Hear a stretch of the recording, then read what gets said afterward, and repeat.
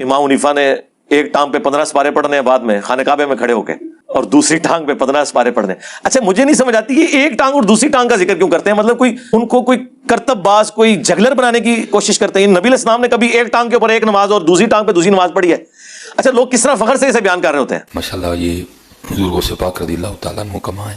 بزرگوں سے پاک فرماتے کئی سال میں نے بغداد کے جنگلوں میں اس طرح گزارے کہ نہ کوئی مجھے جانتا تھا نہ میں کسی کو جانتا تھا.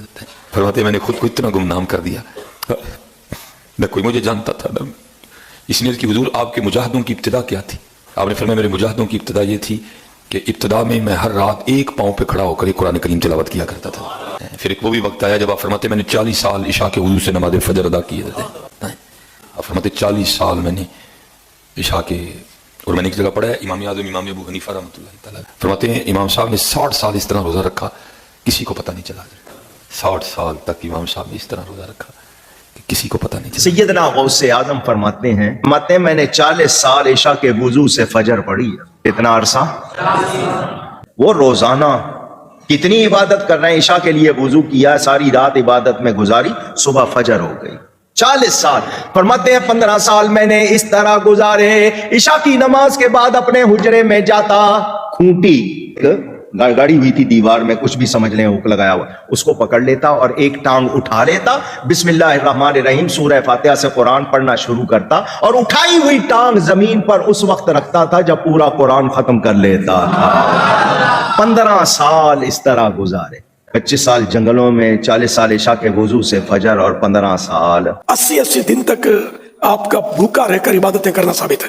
یہ کرامت تھی آپ کی. 80 دن کوئی انسان نہ کھائے پیے زندہ نہیں رہ سکتا. حضور غوث الثقلین رحمۃ اللہ علیہ 15 سال تک رات بھر میں ایک قرآن کریم ختم کرتے رہے. غوث پاک رحمۃ اللہ علیہ ہر روز ڈیلی 1000 رکعت نفل ادا فرماتے تھے. امام اعظم ابو حنیفہ رضی اللہ تعالیٰ عنہ کی شان تو دیکھو کہ آپ رضی اللہ تعالیٰ عنہ نے مسلسل 30 سال روزے رکھے. خالی روزے ہی نہیں رکھے، 30 سال تک ایک رکعت میں قرآن پاک ختم کرتے رہے.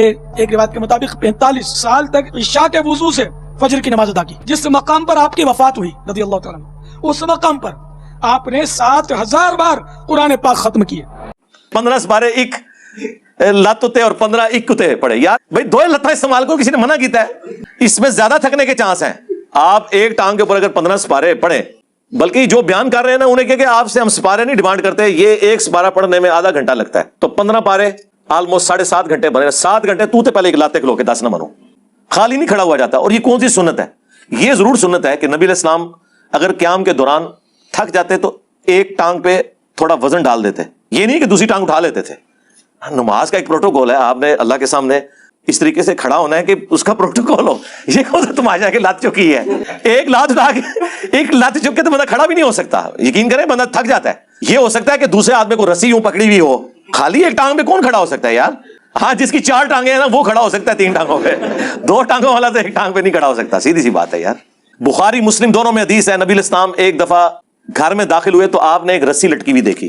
آپ نے فرمایا یہ رسی کس نے لٹکائی ہوئی ہے؟ تو بتایا گیا آپ کی بیٹی جو زینب ہے نا وہ عبادت کرتی ہیں اور اپنا جوڑا جو ہے نا اس سے باندھ لیتی ہیں نماز پڑھنے کے دوران، تاکہ جب نیند آئے اور جھٹکا لگے اور آنکھ کھل جائے. آپ نے فرمایا کھولو یہ رسی. یہ کون سا طریقہ ہے؟ نماز اس وقت تک پڑھو جب تک کہ تمہاری طبیعت تمہارا ساتھ دے، نفلی نماز، اس کے بعد آرام کرو. اللہ کے نبی علیہ السلام نے تو وہ رسیاں بھی کھلوا دی ہیں. اپنی بیٹی کی رسی، یہ بخاری مسلم دونوں میں ہے، جو انہوں نے اپنا جوڑا باندھنے کے لیے لٹکائی ہوئی تھی کہ مجھے جھٹکا لگے تو میں پھر دوبارہ نماز شروع کر دوں. اس طرح کی زبردستی کی نمازیں تو اللہ کے نبی نے پسند نہیں کی ہیں. جو رسیاں کھلواتے ہیں، یہ ٹانگ، ایک ٹانگ والے جو یہ مرغے اور مرغابیاں جب کھڑے ہوئے نمازیں پڑھ رہے ہوں گے، ان کے ساتھ وہ کیا کریں گے؟ حضرت مولا مشکل کشا علی المرتضی کرم اللہ تعالی وجہہ الکریم جب گھوڑے پر سوار ہونے کے لیے تشریف لاتے تو ایک رکاب میں نہیں کہ ایک پیڈل میں اپنا پاؤں مبارک رکھتے ہیں. تو ایک پیڈل پر پاؤں رکھا اور دوسرے پیڈل پر جب پاؤں رکھتے تھے تو اسی قلیل ترین سیکنڈوں میں پورا قرآن پاک پڑھ لیتے تھے. مولا علی علیہ السلام کے بارے میں کہا جاتا ہے کہ وہ گھوڑے کی ایک رکاب میں پاؤں رکھتے تو قرآن شروع کرتے، دوسری رکاب تک پاؤں لے کر جاتے، قرآن کی تلاوت مکمل کر لیتے ہوں گے. 3 دفعہ سورہ اخلاص پڑھتے ہوں گے. باقی تو یہ پاسبلٹی نہیں ہے اس طریقے سے، نہ نبی علیہ السلام نے اس چیز کی اجازت دی ہے، نہ آپ نے کوئی ایسا معجزہ کر کے دکھایا ہے. ایسی تو کوئی بات نہیں ہے. اس کے الٹ بخاری مسلم میں ملتا ہے کہ تم میں سے کسی کی استطاعت ہے کہ وہ ایک رات میں 1/3 قرآن پڑھ دے. صحابہ نے کہا کہ کون اس کی استطاعت رکھے گا؟ تو آپ نے فرمایا سورہ اخلاص پڑھ لو، یہ 1/3 قرآن کے برابر ہے. تو وہ تہائی قرآن کے برابر ہے سورہ اخلاص. تو اس میں یہ آج بھی ممکن ہے کہ آپ ایک رکاب میں پاؤں رکھیں اور دوسرے میں رکھنے سے پہلے پورے قرآن کا ثواب حاصل کر لیں 3 دفعہ سورہ اخلاص پڑھ کے. پھر بخاری مسلم میں وہ حدیث ہے جو 3 اصحاب غیر موجودگی میں نبی الاسلام کی ازواج کے پاس پردے میں آ کے حضور کے معاملات پوچھتے ہیں. وہ نبی الاسلام تو ایک نارمل زندگی گزار رہے تھے, آپ رات کو سوتے بھی تھے, آپ نفلی روزہ رکھتے بھی تھے, نہیں بھی رکھتے تھے. تو بخاری مسلم کے الفاظ ہیں, انہوں نے نبی الاسلام کی عبادت کو ہلکا جانا اور پھر آپس میں گفتگو کرتے ہوئے کہا کہ اللہ کے نبی تو بخشے بخشائے ہیں, ان کو کیا ضرورت ہے. ایک نے کہا کہ میں پوری زندگی شادی نہیں کروں گا, صرف اللہ اللہ کروں گا. دوسرے نے کہا کہ میں روزانہ روزہ رکھوں گا, اور تیسرے نے کہا کہ میں روزانہ پوری رات جاگا کروں گا. یہ کہتے ہیں 40 سال تک عشاء کے وضو سے فجر اے تکیو کیا ہوتا ہے انہاں نال. یہ چلے گئے, یہ باتیں کر کے وہ وہاں پہ گئے تو نبی الاسلام کی زوجہ محترمہ جو تھی انہوں نے سن لیا, اور جب حضور واپس آئے تو انہوں نے کہا کہ جی وہ آپ کے چیتے آئے تھے یہ دعوے کر کے گئے ہیں. حضور نے کہا بلاؤ ان کو. بخاری مسلم کے الفاظ ہیں, بلایا گیا, آپ فرمایا اللہ کی قسم میں تم سے زیادہ اللہ کا تقوی رکھتا ہوں. یہ پہلا جملہ یہ چھکا تھا کہ تم تقوی اور نیکوکاری یہ سمجھتے ہو کہ یہ حرکتیں کرو گے اور مجھ سے زیادہ کوئی نیک ہو سکتا ہے؟ میں اللہ کا پیغمبر ہوں, میں تم سے زیادہ اللہ کا تقوی رکھتا ہوں. میں نفلی روزے رکھتا بھی ہوں, چھوڑ بھی دیتا ہوں, میں رات کو آرام بھی کرتا ہوں اور اٹھ کے نماز بھی پڑھتا ہوں. یعنی ایک نارمل لائف گزار رہا ہوں, اور میں نے بیویاں بھی رکھی ہوئی ہیں, نکاح کیے ہوئے ہیں. پھر آپ نے فرمایا فمن رغب عن سنتی, جس نے میری سنت کو چھوڑ دیا. اس میں امپلائڈ ہے کہ تینوں چیزوں کے بارے میں آپ نے مشترکہ کہا کہ فمن رغب عن سنتی, جس نے میرے طریقے کو چھوڑ دیا.